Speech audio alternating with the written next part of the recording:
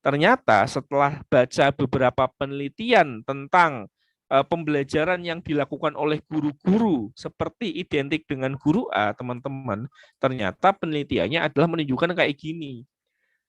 Dan ternyata yang bikin guru ngajarnya seperti guru bunga, ngajarnya cepat dan lain sebagainya, itu ya itu tuh too much, terlalu cepat teman-teman, terlalu banyak. Jadi materi yang terlalu banyak ya, too much, materi yang terlalu banyak bikin kita guru pingin cepat-cepat ngabisin materi itu. Sebenarnya salah satunya tuh bukan salah teman-teman, karena kita ke-trigger, karena kita tersugesti dengan materi yang banyak. Wah, materi ini akeh, materinya banyak.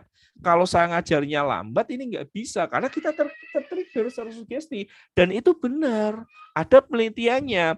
Kajian yang dilakukan Piaget and Beauty tahun 2015 menunjukkan bahwa di beberapa negara berkembang seperti Indonesia, materi pelajaran yang begitu padat. Jadi materinya padat, teman-teman semuanya, bikin kita ke-trigger, bikin kita sebagai guru tersugesti, pingin cepat-cepat nyelesain materi itu, bab demi bab, konsep demi konsep, tanpa memperhitungkan kemampuan siswa kayak tadi.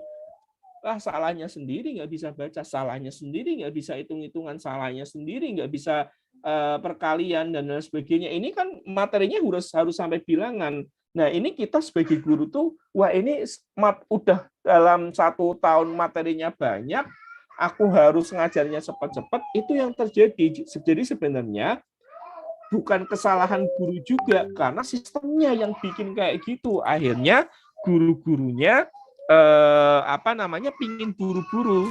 Kayak gitu nggak teman-teman? Ngerasa kayak gitu nggak? Ya, jadi materi yang banyak sebenarnya yang bikin teman-teman pingin cepat-cepat gitu. Akhirnya teman-teman, waduh, nek nggak kayak gini aku yang salah nanti kalau materinya nggak selesai, apalagi nanti soalnya yang bikin soal dari kabupaten, dari kecamatan.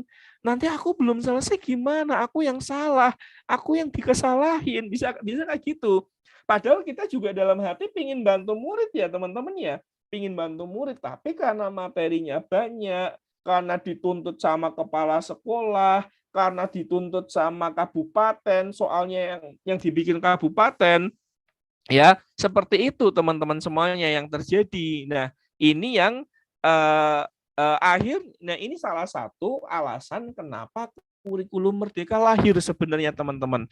Materinya disederhanakan, waktu mencapainya diperlama. Kalau dulu kan waktu mencapai KD-KD itu dalam 15 misalnya itu 1 tahun. Sekarang tidak. Untuk mencapai pencapaian pembelajaran itu nggak sekedar 1 tahun, 2 tahun teman-teman, satu fase, bahkan ada yang 3 tahun teman-teman semuanya. Dan materinya benar-benar sedikit, bisa aja 1 KD 6 kali 45 menit, 8 kali 45 menit, yang jadi fokus adalah murid, bukan materi yang banyak itu teman-teman semuanya. Ini salah satu alasan kenapa kurikulum Merdeka lahir teman-teman ya. Jadi kenapa kurikulum Merdeka lahir? Karena agar Bapak Ibu fokus sama murid.